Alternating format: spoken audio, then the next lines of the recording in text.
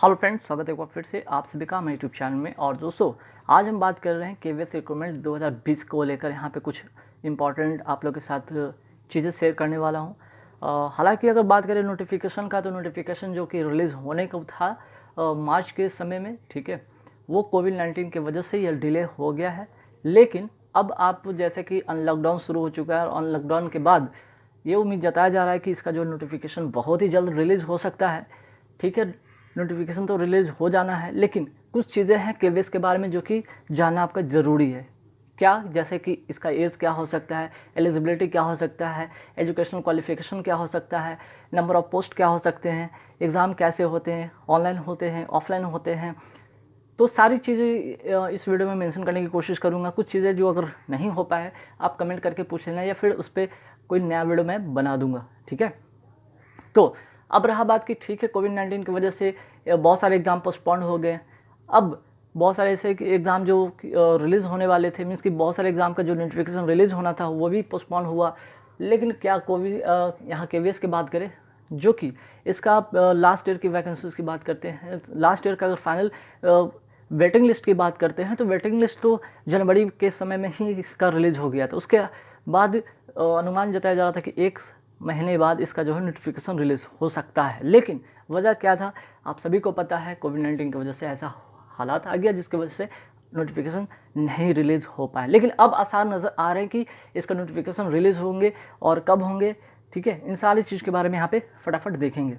ठीक, एक ब्रीफ छोटा सा एक वीडियो बनेगा जिसमें कि चीज़ें सिर्फ समझने का है। जैसे ही नोटिफिकेशन आते हैं, आप फॉर्म अप्लाई करेंगे और सिलेक्शन लेंगे। लेकिन ऐसा नहीं है कि कोविड-19 को लेकर अगर लॉकडाउन में आप नहीं पढ़ पा रहे हो, तो ऐसा नहीं कि आप पढ़ाई को छोड़ दो। आपको अपनी पढ़ाई जारी रखनी है, भले डिले हो सकता है, but you have to continue your study. ठीक है, चलिए अब यहाँ पे हम बात कर रहे हैं क्या, सबसे पहले नोटिफिकेशन। जैसा कि अब चूँकि लॉकडाउन होने जा रहा है, ठीक है, लॉकडाउन पूरी तरीके से इस जून के एंड तक हो जाएगा। तो कहने का मतलब नोटिफिकेशन आपको अगस्त में देखने को बन सकता है। ठीक है, नोटिफिकेशन आपको अगस्त तक देखने को बन सकता है। और एग्ज़ाम आफ्टर 2 और 3 मंथ्स के बाद इसके एग्ज़ाम कंडक्ट होने जाने की उम्मीद है। ठीक है, तो जैसे ही नोटिफिकेशन रिलीज़ होता है, 2 से 3 महीने लगते हैं इसके पेपर कंडक्ट होने में। ठीक है, और ये 2 से 3 महीने काफ़ी सफिशिएंट नहीं होंगे। जो अगर चाहते हैं फाइनल इसमें सिलेक्शन चाहते हैं, 2 से 3 महीने में नहीं कर पाएंगे, क्योंकि सिलेबस काफ़ी लंबा होता है। इसके लिए आपको पहले से 2-3 महीना पहले से आपको प्रिपेयर रहना होगा। 3 महीना वहाँ पर आपको मिलता है समय, ठीक है, नोटिफिकेशन रिलीज़ के बाद, और 3 महीने आपको पहले से इसके बारे में आपको पढ़ाई करनी पड़ेगी। ठीक है, चीज़ें समझने के लिए और प्रैक्टिस करने के लिए। अब रहा नंबर ऑफ पोस्ट की बात करें, तो लगभग 7,000 के आसपास में इसका पोस्ट देखने को बन सकता है। ठीक है, लास्ट ईयर की बात करें तो लास्ट ईयर का जो वैकेंसी था लगभग 5,000 के आसपास में था। ठीक है, तो यहाँ पे इस बार की बात करें तो लगभग 7,000 का वैकेंसी देखने को बन सकता है। तो चलिए यहाँ पे और क्या क्या इंपॉर्टेंट चीज़ है जिसके बारे में मेंशन करेंगे। एग्ज़ाम होता है, ऑफलाइन होता है। ठीक है, नेगेटिव मार्किंग की बात करें तो यहाँ पे नेगेटिव मार्किंग नहीं होता, नो नेगेटिव मार्किंग। ठीक है, रिक्वायरमेंट की बात करें तो ईयरली बेसिस पे आते हैं, लेकिन इस बार डिले हो गया। ठीक, इंटरव्यू की बात करें तो हाँ, इंटरव्यू होता है, पीजीटी, पीआरटी, और यहाँ पे टीजीटी। यहाँ पे एक चीज़ छूट गया, ठीक है, यहाँ पे टीजीटी का ले, टीजीटी वाले में इंटरव्यू होता है। ठीक है, अब रहा बात एज क्या हो सकता है ना, एज क्या क्या हो सकता है। तो एज की अगर बात करें तो पीआरटी के लिए 30 ईयर्स होते हैं। ठीक है, ये जो है मैक्सिमम रिजर्वेशन को छोड़ के। ठीक है, रिजर्वेशन में अगर ऐड करना चाहें तो सिर्फ फीमेल के लिए, अगर हम बात करें फीमेल के लिए, तो इसमें 10 ईयर्स का जो है उनको रिजर्वेशन मिल जाता है। जितने भी कैटेगरी के फीमेल है, चाहे वो एससी हो, एसटी हो, ओबीसी हो, चाहे जनरल कैटेगरी हो, सभी फीमेल कैटेगरी चाहे वो किसी भी कैटेगरी में आती हों, उनको 10 ईयर्स छूट मिलेगा, ये जो मैक्सिमम एज है इसके अलावा। ठीक है, लेकिन मेल को नहीं, मेल को जो है मैक्सिमम जो 30 ईयर्स होगा पीआरटी के लिए, टीजीटी के लिए 35 ईयर्स होगा, और पीजीटी के लिए 40 ईयर्स होंगे, है ना। अब बात करते हैं और इम्पॉर्टेंट चीज़ क्या क्या भाई। अगर टाइमिंग की बात करें, पेपर का टाइमिंग क्या हो सकता है, 2 घंटा 30 मिनट का समय मिलता है, मीन्स कुल मिलाकर 150 मिनट्स के लिए ये पेपर होंगे। आप सीटेट की बात कर रहे हैं, ठीक है, सीटेट पे एक वीडियो मैंने बनाया है, सीटेट पे आप जाकर वीडियो देख सकते हैं, वीडियो को प्लेलिस्ट में मिल जाएंगे कि सीटेट में क्या होता है, क्या करना होता है, और क्या क्या उसमें मीन्स की कितने साल की वैलिडिटी होती है, कितने उसमें परसेंटेज होने चाहिए। ठीक है, ओबीसी का और एससी एसटी का। ठीक है, इस पर भी वीडियो बना है, आप देख सकते हैं। चलिए अब बात कर रहे हैं क्या इंपॉर्टेंट चीज़ की, सीटेट किसके लिए ज़रूरी है और किसके लिए नहीं ज़रूरी है ना। तो देखिए बात अगर हम बात करते हैं सीटेट का, तो सीटेट की बात करते हैं तो पीजीटी की बात करें, नॉट नेसेसरी। पीजीटी के लिए आपको सीटेट का पेपर 1 हो चाहे पेपर 2 हो, क्लियर हो या ना हो, उससे कोई मतलब नहीं। अगर आपका पीजीटी के लिए अप्लाई कर रहे हैं और आपके पास सीटेट का सर्टिफिकेट नहीं है, चाहे पेपर 1 हो या पेपर 2 हो, तब भी आप अप्लाई कर पाएंगे, है ना। लेकिन वही बात करें पीआरटी और टीजीटी की बात करें, तो इसके लिए नेसेसरी होता है कि आपका सीटेट पेपर क्लियर होना चाहिए, है ना। अब सीटेट पेपर में 1 और 2 किसके लिए, इसके भी आगे मेंशन किया गया है ना, ध्यान रखिएगा। केवीएस की अगर बात करें तो देखिए एनवीएस की अगर हम बात करते हैं तो एनवीएस क्या होता है, प्राइमरी लेवल पे इसकी जो वैकेंसीज नहीं आती है। सबसे अच्छी बात होता है केवीएस में कि प्राइमरी लेवल पे लेकर आता है ये वैकेंसीज, और अच्छी खासी सैलरी आपको मिल जाती है, लगभग 30 से 35,000 के आसपास में इसकी सैलरी आपको बन जाएगी पीआरटी लेवल पे, है ना। अब आते हैं एलिजिबिलिटी। एलिजिबिलिटी में क्या क्या हो सकता है, चाहे बीएड किए हों, जेबीटी हो या बीटीसी वाले, सभी अप्लाई कर पाएंगे, है ना। सभी कोई अप्लाई कर पाएंगे, या डिस्टेंस एजुकेशन से भी किए हों वो भी अप्लाई कर पाएंगे। सच में यहाँ पे एक इम्पॉर्टेंट चीज़ वो बनता है, वो होता है कि जैसे कि बहुत सारे कैंडिडेट ये भी पूछते हैं कि भाई हम एमसीए किए हैं, मैंने बीसीए किया है, हमने एमसीए किया है, तो क्या अप्लाई कर सकते हैं, सिर्फ बीएड वाले ही कर सकते हैं या फिर ऐसा और कोई डिग्री जो कि टीचर एलिजिबिलिटी से रिलेटेड वही कर पाएंगे? नहीं, यहाँ पे बहुत अच्छा मौका बन सकता है एमसीए वाले के लिए, बहुत अच्छा मौका बन सकता है बीसीए वाले के लिए। तो इम्पॉर्टेंट है कि अगर टेक्निकल फील्ड में देखा जाए तो बीसीए एमसीए के लिए बहुत अच्छी है, यहाँ पे अपॉर्चुनिटी बनती है। तो देखिए वहाँ पे बात करते हैं ग्रेजुएशन। ग्रेजुएट में 50% होना चाहिए, बीएड की डिग्री होनी चाहिए, सीटेट पेपर 1 क्लियर होना चाहिए। किसके लिए? पीआरटी के लिए, है ना, बहुत इंपॉर्टेंट है। अगर आपने ग्रेजुएशन कर रखा है किसी भी सब्जेक्ट से, लेकिन बीएड की अगर डिग्री है आपके पास, प्लस आपके सीटेट का पेपर 1 है, तो पीआरटी के लिए एलिजिबल है ना।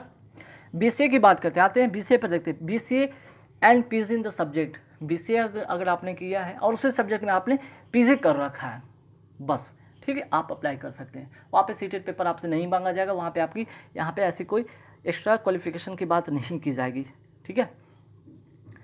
चलिए आगे बात करते हैं। एमएससी कंप्यूटर साइंस वाले अप्लाई बिल्कुल कर सकते हैं, एमसीए वाले अप्लाई कर सकते हैं, है ना। एमसीए वाले अप्लाई कर ले तो बीई या बीटेक वाले चाहे किसी भी स्ट्रीम में हो और पीजी इन कंप्यूटर में कर रखा है, ठीक, वो भी अप्लाई कर सकते हैं, ठीक है। अब आते हैं ग्रेजुएट, अगर 50% है, बीएड है, अगर सीटेट का पेपर 2 क्लियर है उनका, तो वो टीजीटी के लिए अप्लाई कर सकते हैं, ठीक है। वही बात करते हैं बीई और बीटेक वाले जो कंप्यूटर साइंस से हैं या आईटी से हैं और 50% मार्क्स के साथ अगर उनका कंप्लीट है, तो भी आप इसके लिए अप्लाई कर सकते हैं। बैचलर डिग्री वाले जो म्यूज़िक में हैं वो पीआरटी के लिए अप्लाई कर सकते हैं, पीआरटी म्यूज़िक के लिए, ठीक है, पीआरटी म्यूज़िक के लिए वो अप्लाई कर सकते हैं। इसके लिए कोई एक्स्ट्रा क्वालिफिकेशन की ज़रूरत नहीं है, आपका अगर बैचलर डिग्री है म्यूज़िक से तो आप डायरेक्ट अप्लाई कर सकते हैं। मास्टर डिग्री की बात करें तो मास्टर डिग्री 50% हो, प्लस बीएड हो और सीटेट नहीं भी हो, ठीक है, सीटेट का पेपर नहीं भी है, तब भी आप कर सकते हैं मास्टर डिग्री के लिए। तो यहाँ पे एमएससी बीसीए वाले और बीटेक वाले के लिए अच्छा एक अपॉर्चुनिटी है, आप यहाँ पे अप्लाई करें, है ना। अब आते हैं और इम्पॉर्टेंट चीज़ क्या क्या बनता है, यहाँ पे देख सकते हैं। जैसे सीटेट पेपर 1 हमने बताया था कि सीटेट पेपर 1 और सीटेट पेपर 2 किसके लिए ज़रूरी है। 1 to 5 क्लास के लिए पीआरटी मीन्स कि 1 to 5 के लिए आपका सीटेट पेपर 1 क्लियर होना चाहिए। वही बात करते हैं सीटेट पेपर 2 का, तो 6 to 8 के लिए क्लियर होना चाहिए टीजीटी के लिए, ठीक है। बात करते हैं यहाँ पे नॉलेज ऑफ कंप्यूटर का डिज़ायरेबल है, ठीक है, यहाँ पे मैंडेटरी नहीं है, अगर आपके पास ये नॉलेज है अच्छी बात है। चलिए अब यहाँ पे फटाफट देख लेते हैं सिलेबस की बात हम लोग यहाँ पे करेंगे कि सिलेबस क्या क्या हो सकता है। तो सबसे पहले हम यहाँ पे बात करें पीआरटी का सिलेबस देखेंगे, जो कि 80 + 70 मीन्स के 150 मार्क्स के होते हैं। तो कॉमन सब्जेक्ट में क्या क्या होता है, पेडागोगी 20 मार्क्स के होंगे, रीजनिंग 15 मार्क्स के होंगे, इंग्लिश 10 मार्क्स के होंगे, हिंदी 10 मार्क्स के होंगे, कंप्यूटर 15 मार्क्स के होंगे। कुल मिलाकर यहाँ पे देखा जाए तो ये कितने हो जाएंगे, 70 मार्क्स के लिए ये हो जाएंगे।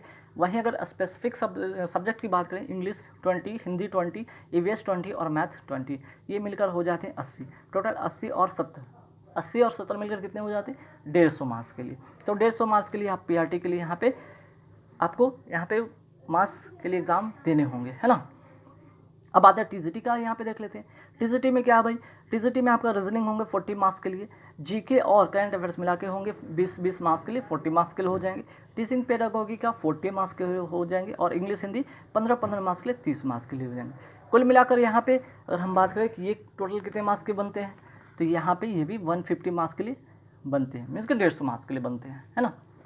अब आते हैं एलिजिबिलिटी के बारे में, जरा जानकारी और ले लेते हैं कि भाई पीआरटी के लिए क्या एलिजिबिलिटी होगा। ध्यान से सुनिएगा, ग्रेजुएशन होना चाहिए 50% एंड बीएड होना चाहिए, सीटेट पेपर 1 क्लियर होना चाहिए और competence to teach through Hindi and English medium, है ना। आपके पास एक कुशलता होनी चाहिए इंग्लिश मीडियम और हिंदी मीडियम पढ़ाने के लिए, दोनों के लिए, है ना। चलिए, तो यहाँ पीआरटी के लिए आपको जानकारी यहाँ पे मिल गई है ना। अब बीएड के अलावा अगर बीएड के इक्विवेलेंट कोई भी टीचर एलिजिबिलिटी का अगर आपके पास सर्टिफिकेट है, ठीक है, तो आप इसके लिए अप्लाई कर सकते हैं। वही बात करते हैं पीआरटी म्यूज़िक टीचर के लिए, तो बस इसमें करना क्या है, ध्यान रखिए, ये बहुत इंपॉर्टेंट है। म्यूज़िक से जो जिन्होंने ग्रेजुएट कर रखा है उसके लिए बहुत ही अच्छा अपॉर्चुनिटी है कि इसमें बस आपका बैचलर डिग्री होना चाहिए म्यूजिक में और competence to teach through Hindi and English medium. आपको इंग्लिश हिंदी दोनों मीडियम में पढ़ाने की कुशलता होनी चाहिए, ठीक है। अब आते हैं फटाफट देखते हैं यहाँ पे एलिजिबिलिटी फॉर टीजीटी। टीजीटी के लिए क्या एलिजिबिलिटी बनता है भाई, ग्रेजुएशन जो होना चाहिए 50% का होना चाहिए, बीएड होना चाहिए, यहाँ पे सीटेट पेपर 2 क्लियर होना चाहिए, है ना। चलिए भाई बात करते हैं एलिजिबिलिटी का। अगर बात करें पीजीटी का, तो पीजीटी में मास्टर डिग्री 50% का होना चाहिए, बीएड की डिग्री होनी चाहिए और इंग्लिश हिंदी मीडियम में पढ़ाने की कुशलता होनी चाहिए, ठीक है। तो चलिए यहाँ पे एक छोटा सा इन्फॉर्मेशन था जो कि एग्ज़ाम नोटिफिकेशन आने से पहले, एग्ज़ाम का नोटिफिकेशन आने से पहले हमने आप लोगों के साथ शेयर किया है। आई होप कि यहाँ पे आपको कुछ चीज़ें आपको समझ में आया होगा। जो भी चीज़ें होंगी अब तो नोटिफिकेशन आने के बाद ही और भी चीज़ें क्लियर होगी। हालांकि नोटिफिकेशन से पहले कुछ चीज़ें जानना आपके लिए बेहद ज़रूरी है, ताकि उसके लिए एक स्ट्रेटजी बना सकते हैं, एक अपने माइंडसेट को तैयार कर सकते हैं उस एग्ज़ाम के लिए, और क्रैक करने में आपको मदद मिल सकती है ना। कई बार यहाँ पे ये भी पूछ देते हैं कि भाई कि यहाँ पे कि बीटीसी वाले जेबीटी वाले अप्लाई कर सकते हैं। बिल्कुल कर सकते हैं, ठीक है, बिल्कुल कर सकते हैं। तो ये इंपॉर्टेंट चीज़ था, कुछ चीज़ें जो कि केबीएस से रिलेटेड था, जो कि हर साल ये वैकेंसीज रिलीज़ होती है। कई बार कभी 1 साल के लिए डिले होता है, लेकिन देखा जाए तो ईयरली इसका वैकेंसी आते रहते हैं, केबीएस या फिर एनवीएस का। इस तरह से अगर केबीएस आता है जस्ट बाद एनवीएस आता है, इस तरह से रिपीटेशन ईयरली चल रहा रहता है और इसके वैकेंसीज आते रहते हैं। और अच्छा अपॉर्चुनिटी, अगर जो टीचर बनना चाहते हैं, टीचर की फील्ड में अपना करियर बनाना चाहते हैं, उनके लिए बहुत ही अच्छा सुनहरा मौका बन सकता है। बशर्ते कुछ चीज़ें को ध्यान रखना पड़ेगा। ग्रेजुएशन के बाद बीएड की डिग्री, बीएड से रिलेटेड जो भी टीचर एलिजिबिलिटीज़ का जो होता है टेस्ट, जो भी एंट्रेंस एग्जाम है उसको क्लियर करके उसका जो डिग्री कोर्स होता है 2 साल का या 3 साल का, वो कर लेंगे तो काफ़ी आपके लिए बेनिफिट हो सकता है, बेनिफिशियल हो सकता है ना। तो गाइस इस वीडियो में इतना ही रहेगा। नेक्स्ट वीडियो में कुछ इससे रिलेटेड और भी चीज़ें लेकर आऊँगा, जो कि अगर जितने भी कैंडिडेट का कुछ भी और डाउट रहता है उस डाउट को क्लियर करने की कोशिश करूँगा। हालांकि इसके सब्जेक्ट से रिलेटेड भी मैं वीडियो बना रहा हूँ और जल्दी आप लोगों के साथ शेयर करूँगा, जिससे कि आपको इस एग्ज़ाम को क्लियर करने में मदद मिल सकता है। गाइस इस वीडियो में इतना ही था। Thank you very much.